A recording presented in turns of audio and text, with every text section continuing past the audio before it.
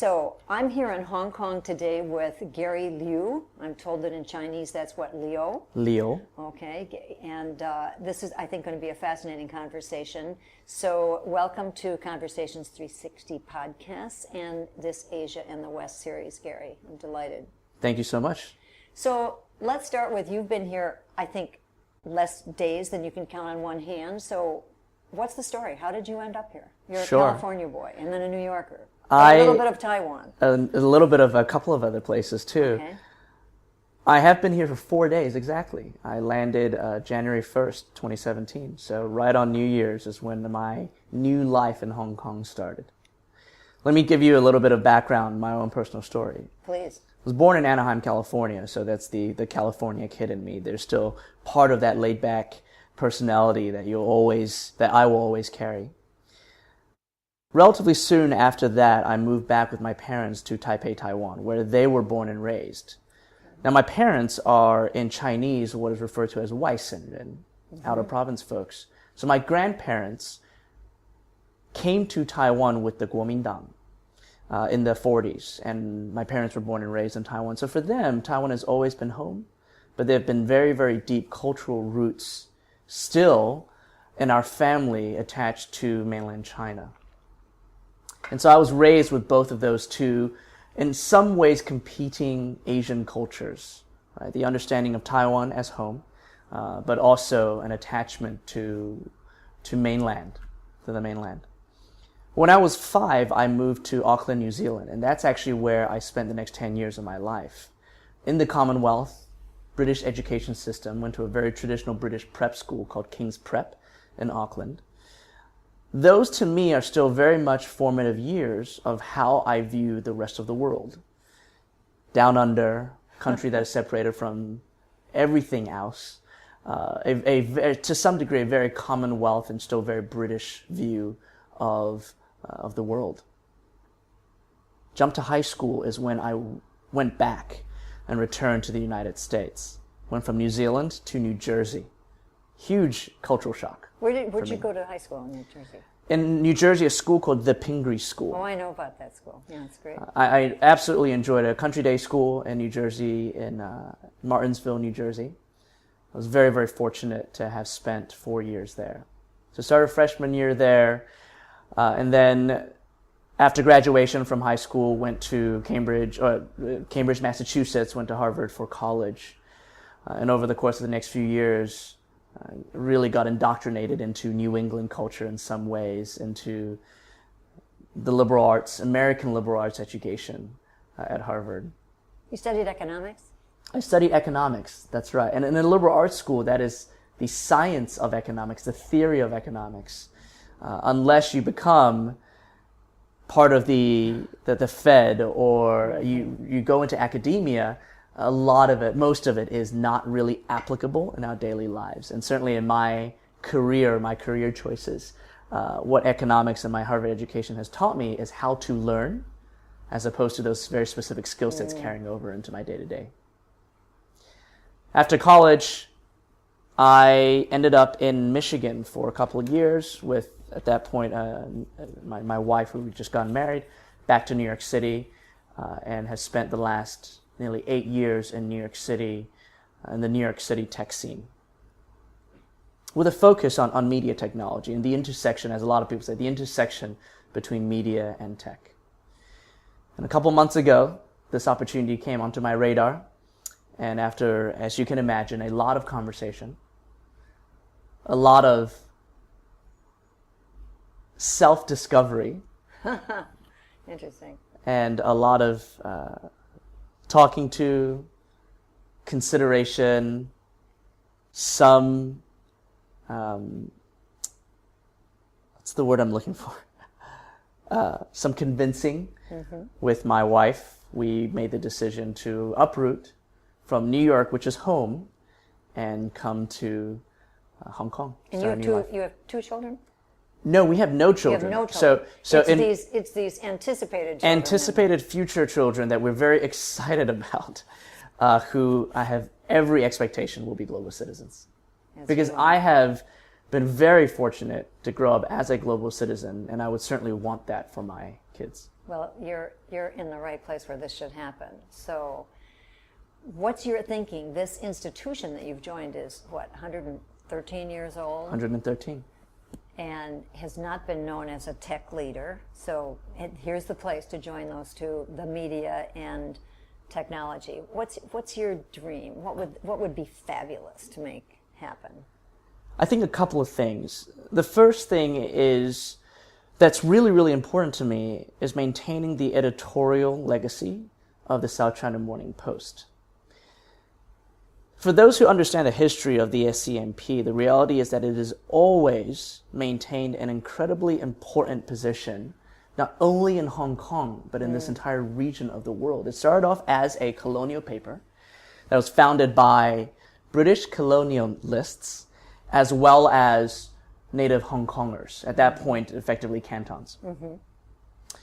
And the implication from the very start was that this city-state, now special administrative region, was going to be an incredibly important intersection for the Western and Eastern world. And the South China Morning Post has always held on to that understanding and that responsibility very, very seriously. Now, of course, the Western media world and Western consumers at this point are probably not familiar with the South China Morning Post. But I hope that they will become increasingly more familiar with our brand and our incredibly high-quality journalism, because I think that increasingly so, there's going to be a need for an independent, editorially independent journalistic voice that can report on China with intimacy and objectivity. Now that's a hard balance. That's a big calling. Yeah. It's a hard balance to strike. But because we are a Hong Kong-based newspaper, and we're protected by the freedom of press that still exists in Hong Kong, but because we are also within the walls of Greater China, we have the ability to report with intimacy and understanding, the nuanced understanding of what is going on in China, but also the objectivity that is afforded to us by the freedom of press that exists here in Hong Kong. So somehow I feel this has never been more important. And that may be just my personal view, but I have a feeling that's part of what's driving you. Why is it so important?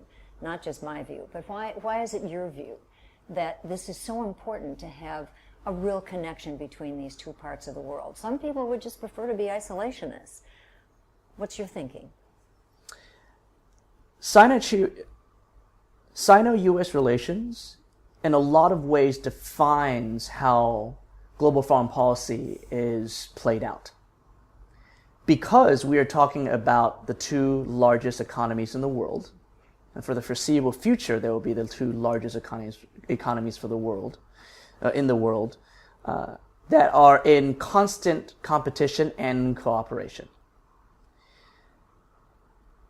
We are going into a period over the course of the next 4 years where both countries are going to have consolidated power underneath two very, very strong-headed and extremely vocal leaders, in Xi Jinping and Donald Trump.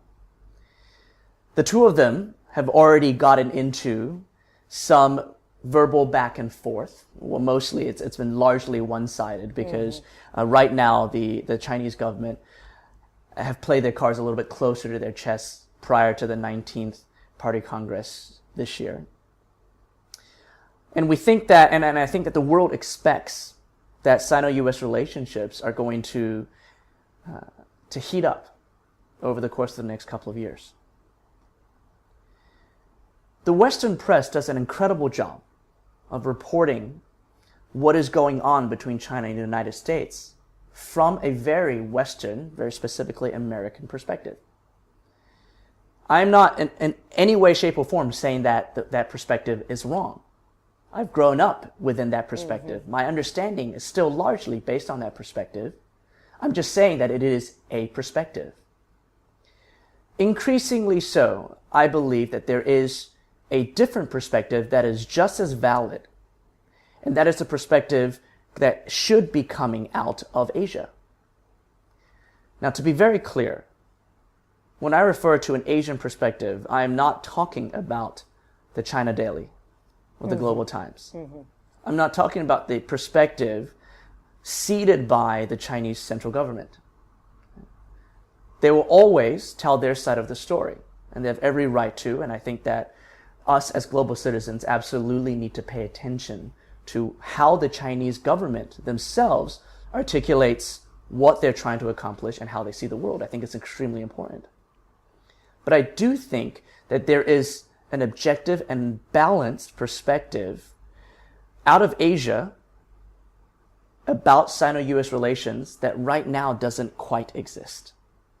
This is with an understanding of Asian culture. This is with an understanding of how Asian cultures communicate. Mm-hmm. And with more intimate knowledge of the tensions and the relationships that exist in this part of the world. So right now, how well do you think Westerners understand what's going on in China? The average Americans, let's say, or the Brits, or the Australians. I think the education level is unfortunately very, very low on that. Mm-hmm. I think it's extremely basic. I would be shocked. Well, I think all of us would be a little bit disturbed by the percentage of Americans who know the name of the Chinese president.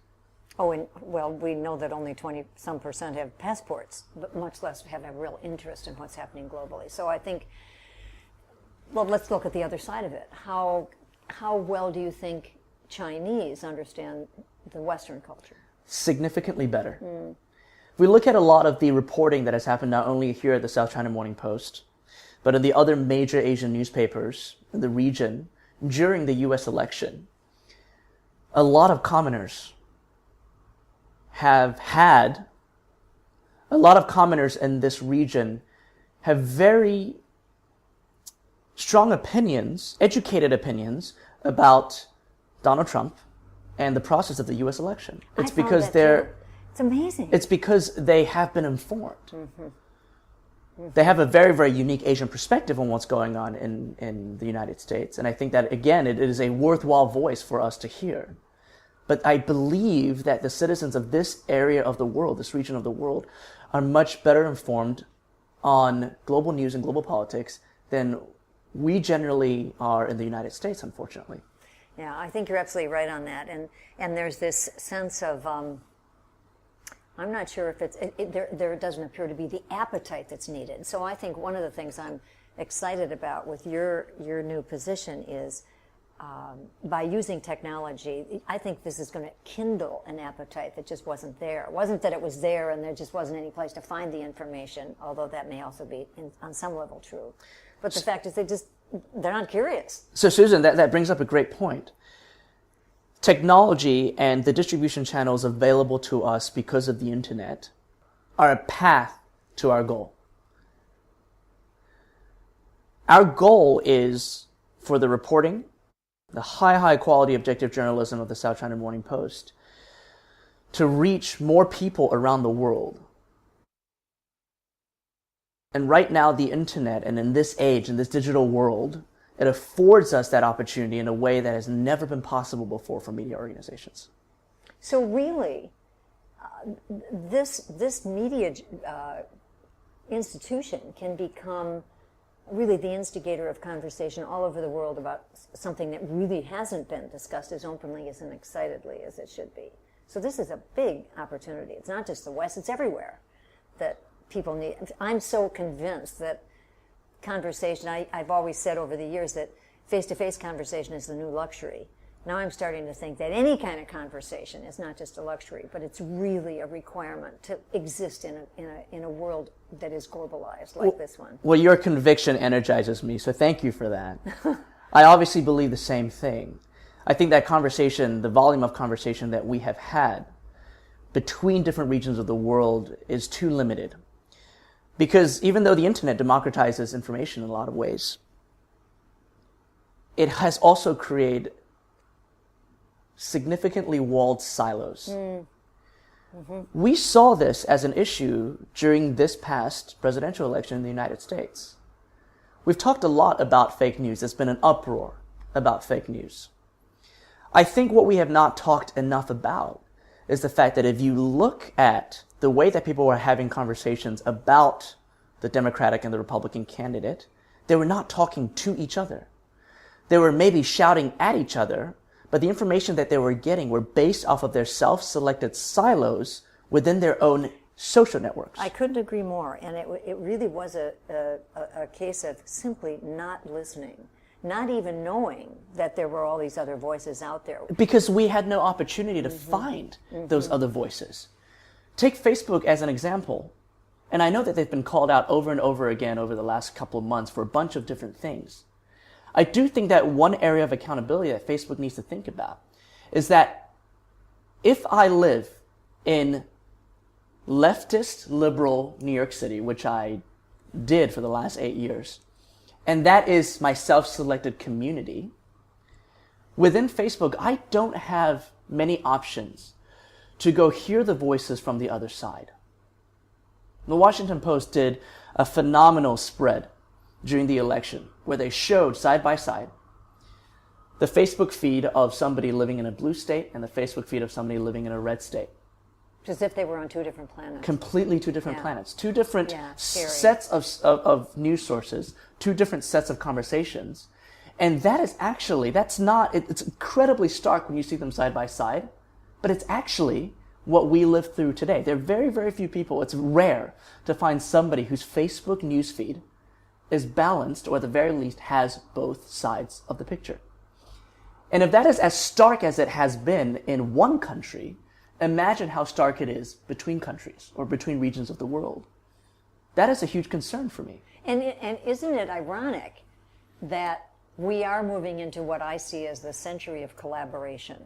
That the real name of the game, whether it's business, whatever it is you can't sort of go it alone as an organization, as a company, as a country. Well, listen, I think even that is up for argument, right? There's a lot of conversations happening about whether or not we are seeing the end of globalism and globalization. And I'm well aware that those are two very different things.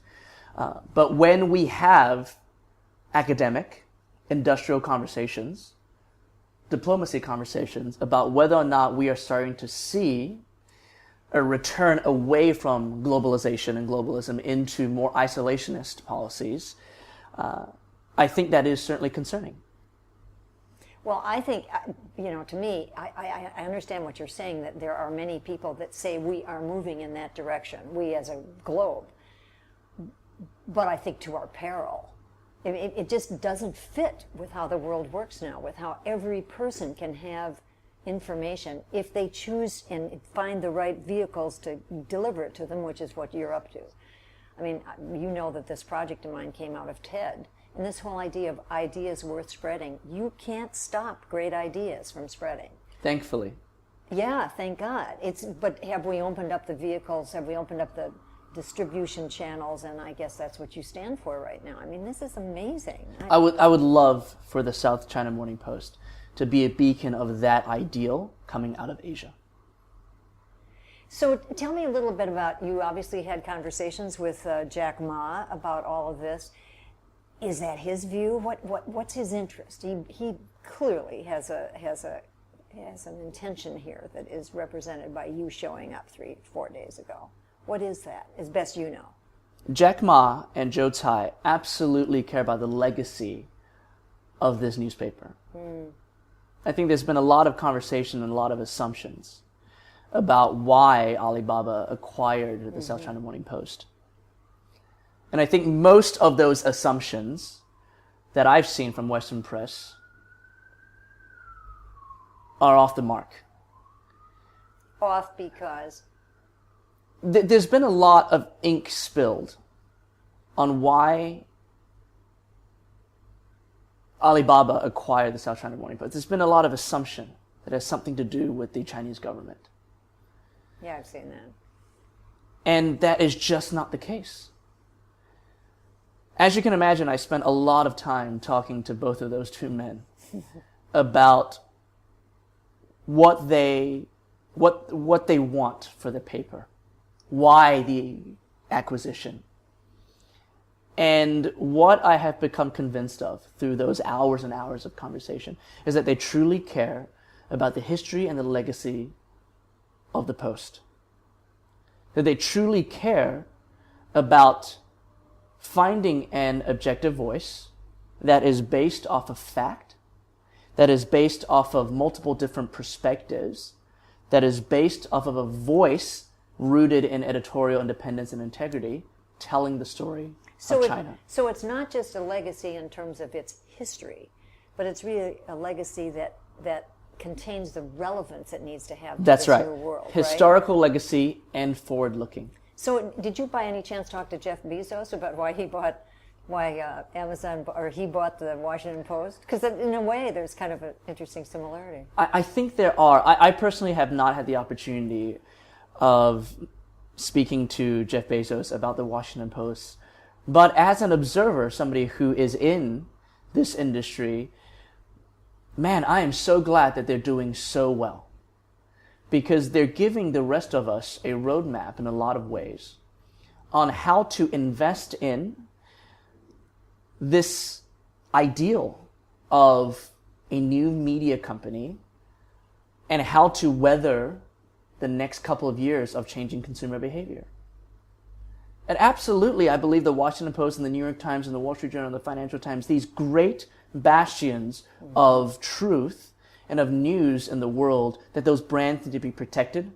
They need to have the right kinds of investment so that 10, 15, 20 years from now, we are not opining about the death of the news industry. Mm-hmm. Well, in fact, they afford us, if they do it right, the way to get away from what you described earlier is happening during this last election, that if they do it right, we will all have available to us the kind of information that we need, not only to be informed, but to engage in conversation with people who are not necessarily like us as to how do we really want our world to work.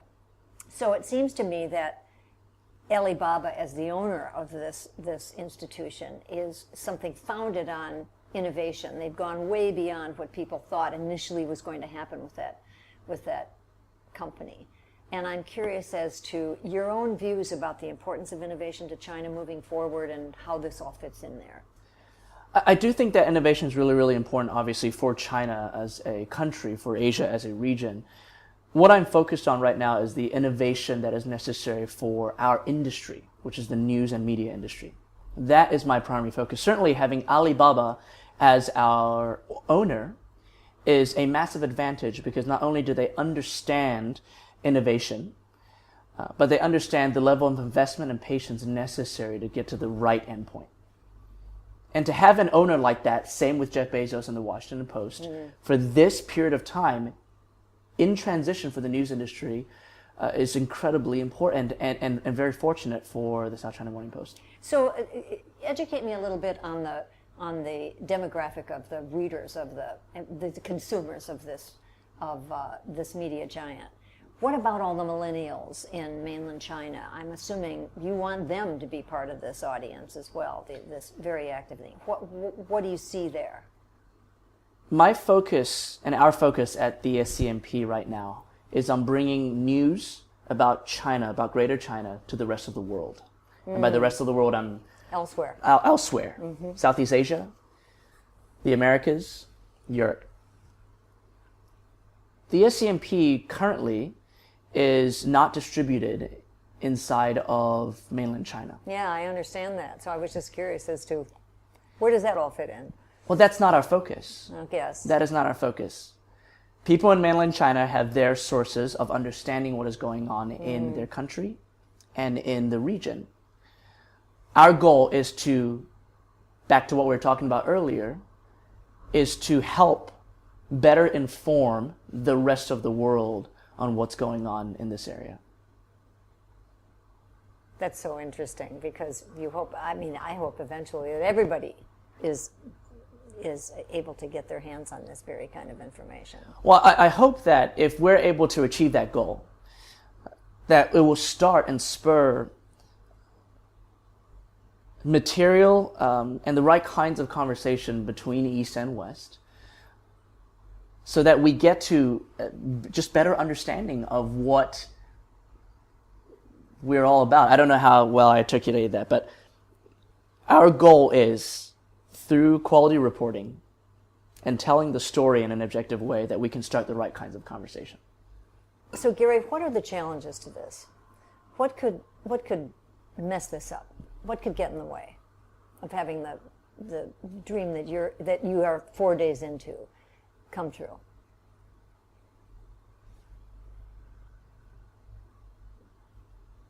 I'm thinking this long because I'm a very optimistic guy. So asking me to think about the ways that this could go wrong, there is no easy answer. I don't think that the hurdles here are not just for the South China Morning Post. The hurdles are industry-wide. Right now, the biggest problem for our industry, for the news industry, the media industry, is that the shift to digital is predicated on an economic model that is not sustainable. The economic model being digital advertising. Mm-hmm. Yes, the digital advertising world continues to grow. The share of the pie continues to grow. The size of the marketplace continues to grow. But if you remove Google and Facebook from that equation, everyone else is declining. Yeah. There is a value gap between what it costs to create high-quality journalism, the kind of news creation that we as consumers deserve and need right now. Mm-hmm. There's a gap between what it costs to create and what consumers are right now willing to pay for it. And so the economics of our industry need to change. We have small experiments in the United States right now on changing that model. The information is a great example of it. What Jessica Lessin is doing with the information is very interesting. Now, that's a very, very niche model. It's a very, in a lot of ways, it's a very specific, it is technology, so it's a very specific demographic that they're going after. Could you explain that so that people who aren't familiar with it know what you're talking about? The information is a subscription-only news source. And the subscription is not cheap. But because of the fact that all of their readers are paying a material amount on a monthly or annual basis, Jessica Lessin and her team have been able to create really, really high-quality news about the industry. Now, that is specifically for technology. There is a need for that kind of reporting in technology. There is a consumer appetite for that kind of high-quality news and technology. A lot of her demographic, I don't want to speak for Jessica, but certainly the people that I know who subscribe to the information are industry insiders, are company leaders, or venture capitalists, people who really need to get that quality insight and understanding. So we're talking about higher level, more comprehensive intelligence about their industry of record. Does that scale across all news? Does that scale across all populations? I don't know, but I'm glad that somebody's experimenting. Just today, Ev Williams announced that Medium was going to change some of their strategy. Oh, is that right? I noticed you had a piece on Medium recently. Yes. Now, I'm a big fan of Medium, the platform. Mm-hmm. Now, what Ev announced, and it's a worthwhile post for all of us in not only technology but in media to read, is that he now believes, the same as I articulated, that the ad-supported economics of the media industry might not be sustainable, might not be the right model. We'll see what Ev does with the Medium platform. Has he talked about what the solution is when you say he's going to make changes? I think what he says right now is a very, very early indication of what Medium as a platform is going to become. Okay. Yeah. So it's still a situation I think we have to wait and see. But it's good that other people are now talking about the economics of this business and realizing that we have an accountability to figure out what is next. That if we don't think about a business model, sustainable economics for news, that we'll all be in trouble in a couple of years. well, actually, to be frank, we're all kind of in trouble right now. How did we get on this tangent? Because I asked you what the challenge was to having this dream come true about being having this thing happen. And well, I think that's a that is the perfect primary answer. challenge. Yeah. That is the primary challenge. It is a business challenge. There is always going to be a need and an appetite for news, for the right kinds of news, for high quality journalism. That proved itself out in the United States this year during the presidential election. No question. The New York Times and the Washington Post succeeded, and they did extremely well. We've heard about, and Mark Thompson has been talking a lot about the Trump bump that New York Times has seen in not only just overall audience and traffic, but in subscriptions. And we know about the success story of the Washington Post right now that has been celebrated and should be celebrated. But that is a reflection of the fact that even though for a while we wondered aloud whether or not millennials cared about high quality news, the reality is that that they do. That there is always going to be a need for that. That need is not going to go away in the consumer marketplace. Need is there. We need to invest in the right products and the right channels, or through the right channels, to meet a different kind of consumer behavior. So it sounds like they've pretty much said, here it is, Gary, take it, right? I mean, it sounds like there are no blocks on this for your new leadership of this. Have they pretty much said, tell us what you need to do and do it? I'm very fortunate that way. This is fabulous. This really is a time of investment for us, not only as a company, but like I said, as an industry. And to have an owner who understands how to be patient in a time of investment is critically important. That's actually another, in the conversations that I have, and we talk about Asia and the West, there is something about Asia in general, if you can generalize, and their ability to take a long-term view of a lot of things. And our more Western view of quarterly reports and everything else that makes you have it yesterday or not at all. So I think that's kind of interesting that, it seems very consistent with the way here they operate. So is there anything I haven't asked you about that you'd like to just muse over while you're about to launch into this amazing experience? I think we've already covered a lot. Like I told you off mic earlier, a lot of what I'm expressing to you is certainly aspirational. And I think that it is important for us to have aspirational companies right now. And we are that here at the Post. The SCMP has 113 years of history to lean on. One of, certainly Asia's most decorated and awarded newspaper. But what makes this place special is the fact that even with all the hardship that our industry here in Asia and all over the world has experienced over the last few years, we have a newsroom, we have business people, we have an entire company who are energized to take the next step and move into the new digital world. That this is a challenge that they want. There's a challenge that they're amped up for and they're ready to step into. Have you already had that meeting with the troops that talks about this?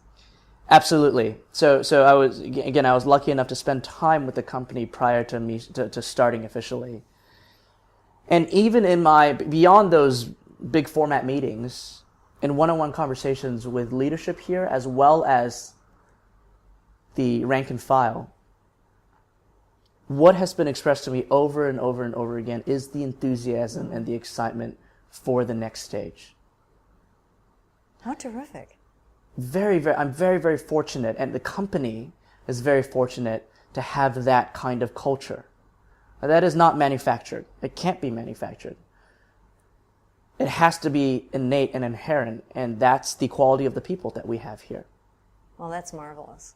And how exciting that they're giving you their vote early in. This does not sound like a let's wait and see how this guy does. Well, I think that they're giving a vote of confidence to the direction that the leadership team here has set. Not me, personally. I certainly wouldn't ask for that vote of confidence yet. I haven't earned that because I'm 4 days in. But the leadership team that has been here, a number of the folks on that leadership team have been here their entire career. They've been here for multiple decades. That's great. Who've grown up in and with this business, understand every nuance of Hong Kong media, Asian media, and global media. They are experts, global experts in this field. They deserve that vote of confidence. And our people here have given them that. It's fabulous. So if we were to talk a year from now, what's the at least I want to have had this happen? What is that thing or those things? What would you like to have seen have occurred within 12 months? I think two things. A shift in culture within the South China Morning Post here internally, so I'm looking at myself and our company first. A shift in culture and understanding what digital distribution means for our coverage of China to the world. There needs to be significant investment as part of that in infrastructure and in technology. I want to be proud and be able to come back to you, Susan, and talk specifics about the new technology that we've built, the new distribution channels that we've experimented with and seen success with. I want to talk about the new editorial products that we have that are unlike anything else in the marketplace, unique to the South China Morning Post. The second thing is I would love to be able to go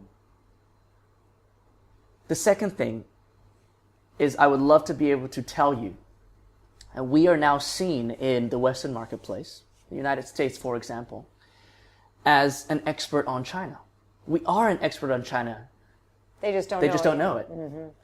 And I want to earn the trust of consumers, of academics, of business elite, business leaders in the United States, in the United Kingdom, and Europe, that we really can be explainers. We can bridge the gap of understanding between the West and the East. There is a lot of nuance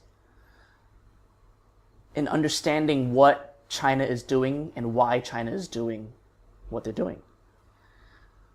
And I think that the South China Morning Post can and should be that explainer. Well, that's fabulous. I'll talk to you in a year. Thank you so much. This was really terrific. Thanks so much for being part of this. I loved it. Oh, I appreciate the invitation.